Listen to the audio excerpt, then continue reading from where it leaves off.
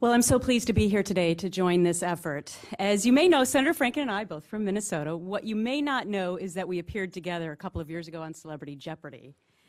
He beat me, but if he gets help from both sides to pass this bill, I guess I can forgive him.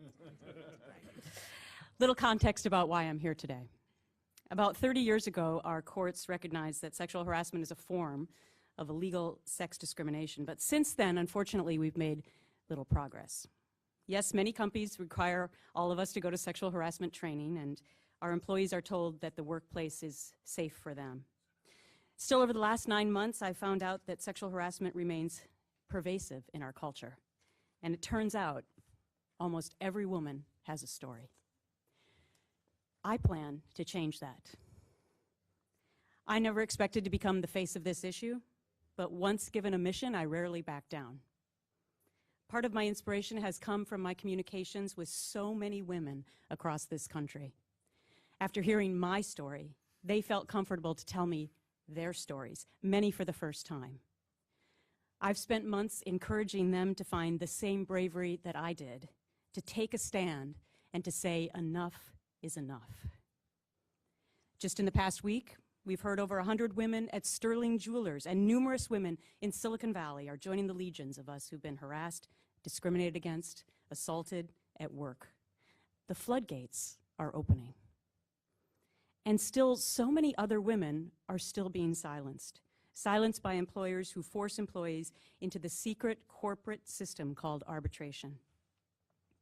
By forcing women to be silent about illegal and abusive behavior which causes them much pain, in many cases, the employer is able to leave the abusers in the workplace to harass again. The arbitration process, often argued to be quicker and cheaper for employees, instead silences millions of other survivors who may have come forward if they knew they weren't alone. Let me be very clear. This is not a partisan issue. Republicans, Democrats, and independents are all sexually harassed. The harassers come from all political parties as well. There's a lot of division in our country right now, but on this issue, we are all Americans. Americans who believe that victims of harassment should not be forced to give up the rights guaranteed by the 7th Amendment to our Constitution, which guarantees all citizens the right to a jury trial in an open public court. No one starts a job expecting to get into a dispute. I know I didn't. We start new jobs with hope, not fear and concern.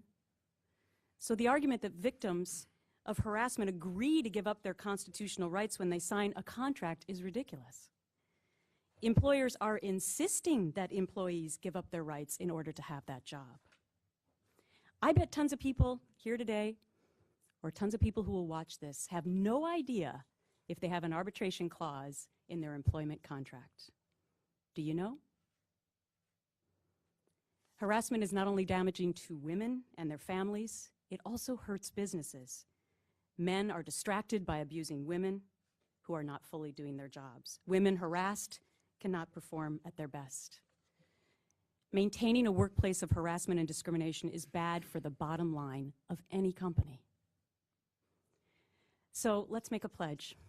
Let's work together to end this. Let's take it out of the shadows of secrecy. Let's be a voice for the voiceless. Let's end the practice of employers forcing harassed women into silence through forced arbitration. Together, I believe that we can speak up, stand up, and I plan to evoke change. Thank you. Thank you.